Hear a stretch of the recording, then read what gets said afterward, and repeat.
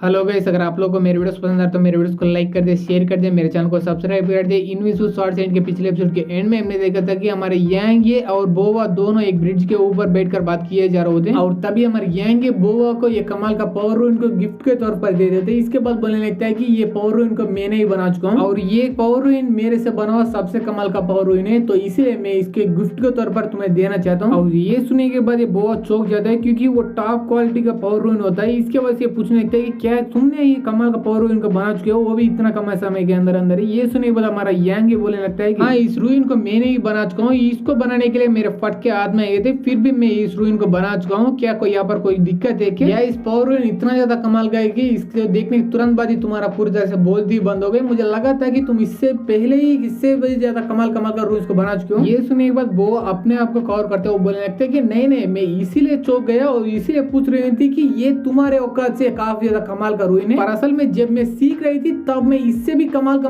रूइन को यू बना के फेंक रही थी वहां पर यहाँ पर। ये सुनने के बाद हमारे यांगे बोलने लगता है कि अगर ऐसी बात है मैं तुमसे एक फेवर पूछना चाहता हूँ। ये सुनने के बाद ये बोलने लगते है कि क्या? ये सुनने के बाद हमारे यांगे बोलने लगता है कि मुझे अभी के लिए उस बुक के अंदर से सिर्फ वो पावर रूइन के बारे में पता चला गया, पर मुझे अभी भी काफी कुछ रूइंस के बारे में बिल्कुल नहीं पता, तो इसीलिए मैं तुमसे वो सारे रूइंस के बारे में सीखना चाहता हूँ। ये सुनने के बाद बोवा बोलने लगते है कि ठीक है, मैं तुम्हें सिखाने के लिए तो सिखा सकती हूँ, पर यहाँ पर मेरा एक कंडीशन है और वो कंडीशन है कि अगर तुम्हें कोई पूछे तो इतना ज्यादा कमाल का रूइंस के बारे में तुमने किसने सिखाया, तुम मेरे ग्रैंडपा के बारे में बताना। इसका मतलब तुम अब से मेरे ग्रैंडपा के डिसेबल हो और मैं भी मेरे ग्रैंडपा के डिसेबल हूँ, तो इसलिए अब से तुम मेरा जूनियर लोगे। ये सुनने के बाद हमारे यांगे बोलने लगता है कि ठीक है, पर मनी मन सोचने लगता है कि अरे यार, ये लड़की मेरे से काफी उम्र में भी छोटी है और उतना ही नहीं बल्कि ये लड़की मेरे से फिजिकल स्ट्रेंथ में भी वीक है, फिर भी अब से इसको अपने सीनियर सिस्टम मानना पड़ेगा। पर अब मेरे पास और कोई चॉइस ही नहीं बचा, मुझे वो रूइंस के बारे में सीखना है। ये सोची जा रहे होते तभी वो बोवा इसके पास आ जाती है। इसके बाद बोलने लगती है कि जूनियर ब्रदर, तुम्हें किसी भी चीज के बारे में चिंता करने की कोई भी जरूरत नहीं, क्योंकि 1-2 साल के अंदर ही मैं तुम्हें काफी ज्यादा कमाल का रूइन मास्टर को जरूर बना के रहूंगा। ये सुनने के बाद हमारे यांगे बोलने लगते हैं कि ठीक है सीनियर सिस्टर, इसके लिए तुम्हें काफी ज्यादा शुक्रिया। और ये बोलने के तुरंत बाद ही हमारा बोवा से चले जाने लगते हैं। इसके बाद बोलने लगते हैं कि ठीक है जूनियर ब्रदर, अब मैं यहाँ से जा रहा हूँ, मुझे और भी ज्यादा काम है, तो इसलिए अगर हम बाद में मिलेंगे तो तब मैं तुम्हें सारे रूइंस के बारे में अच्छी तरह से बताऊंगी। ये बोल के वो चले जाने लगते हैं। इसे देखने के बाद हमारे यांगे भी उसको टाटा करते हुए बोलने लगता है कि ठीक है, मैं हम बाद में मिलेंगे, तब तुम मुझे अच्छी तरह से रूइंस के बारे में बताना। अभी यहाँ पे शी शिफ्ट होता है कुछ देर बाद को फीलिंग फेंग माउंटेन के ऊपर। वहां पर उस माउंटेन के ऊपर एक बंदा बैठकर अपना कल्टीवेशन किए जा रहा होता है, तभी उसके पीछे से कोई बंदा आ जाता है और वो बंदा बोलने लगता है कि सीनियर ब्रदर ली क्विंग, मैंने सुना था कि वो कमीना यांग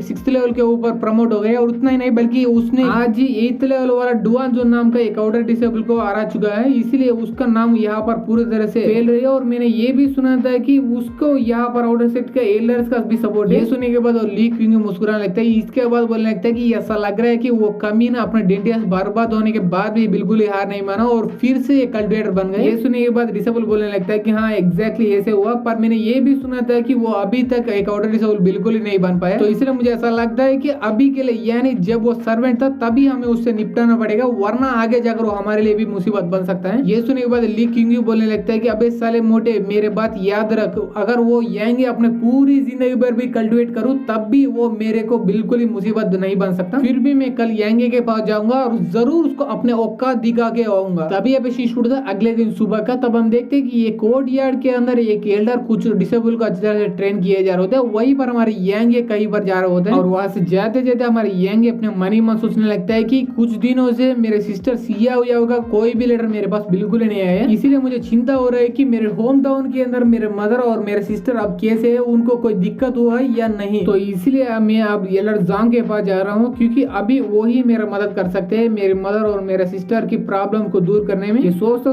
सामने की तरफ जा ही जा रहा था, तभी पीछे से कोई बंदा आ जाता है। इसके बाद चिल्ला के बोलने लगता है कि अबे साले नल्ले बंदे, एक बार तुम्हारे पीछे तो देखो, क्योंकि तुम्हारा बाप यहाँ पर तुम्हारा पीछे खड़ा है। ये सुनने के बाद हमारे यांगे चौंक जाते हैं। इसके बाद पीछे मुड़कर देखने लगता है। तब हम देखते हैं वो पीछे मुड़कर देखने के बाद वो चौंक जाता है, क्योंकि वहां पर कोई और बंदा नहीं होता बल्कि ली क्विंग होता है। ये देखने के बाद ये ली क्विंग बोलने लगता है कि अबे साले, मैंने सुना था कि कल ही तुमने 8th लेवल वाला बंदे को पूरी तरह से हरा दिया है, पर मैं देख सकता हूँ तुम्हारे अंदर इतना भी स्पेशलिटी कोई भी नहीं है, तो इसलिए मुझे समझ नहीं आ रहा तुमने 8th लेवल वाले बंदे को कैसे हरा दिया। क्या कहीं पहले ही तुमने उस 8th लेवल वाले बंदे से पूरी तरह से मैक्स फिक्सिंग किए हुआ है क्या? और ये सुनने के बाद हमारे यांग अपने मनी में सोचने लगता है कि अरे यार, मैंने सुना था कि ली क्विंग का ब्रदर वो काफी ज्यादा नल्ला और बेकार बंदा है, ये बंदा इससे भी ज्यादा बेकार लग रहा है। अब तब ली क्योंकि बोलने लगता है कि मुझे नहीं पता तुम मुझे पहचानते हो या नहीं, क्योंकि मैं तुम्हारे सिस्टर का फियांसे का भाई हूँ और इस पर यहाँ पर मैं सिर्फ एक ही मकसद से आया हूँ और वो मकसद है कि तुम्हें अपना औकात दिखाना। और इस ली क्योंकि को देखने के बाद बाकी डिसेबल बोलने लगता है कि अरे बाप रे, ये तो को ये आउटर डिसेबल में 29th रैंकिंग पर है। और इतना ही नहीं बल्कि मैंने ये भी सुना था कि इसके पास इननेट पावर भी है, इसीलिए काफी सारे इननेट गेट के एल्डर्स भी इसको अपना डिसेबल बनाने के लिए उतावले हैं। और तब ये मुस्कुराते हुए बोलने लगता है कि अबे साले, मैं लिटरली बोल रहा हूँ, क्योंकि अगर तुम्हारा बहन मेरे भाई को मैरी करेगी तो तुम मेरा साला ही लोगे। ये सुनने के बाद हमारे यांगे बोलने लगता है कि ओहो ओहो, तो ऐसी बात है, तो मेरा भी एक प्रपोजल है और वो प्रपोजल के मुताबिक तुम अपने फैमिली के सारे वुमन को मुझे मैरी कर लो। आई मीन वो सारे लड़कियों से मेरे शादी करवा दो और उसके बाद मैं तुम्हारे साला भी लगूंगा और जीजा जी भी लगूंगा, वरना तुम और मैं रिलेटिव्स कभी भी नहीं होने वाले हैं।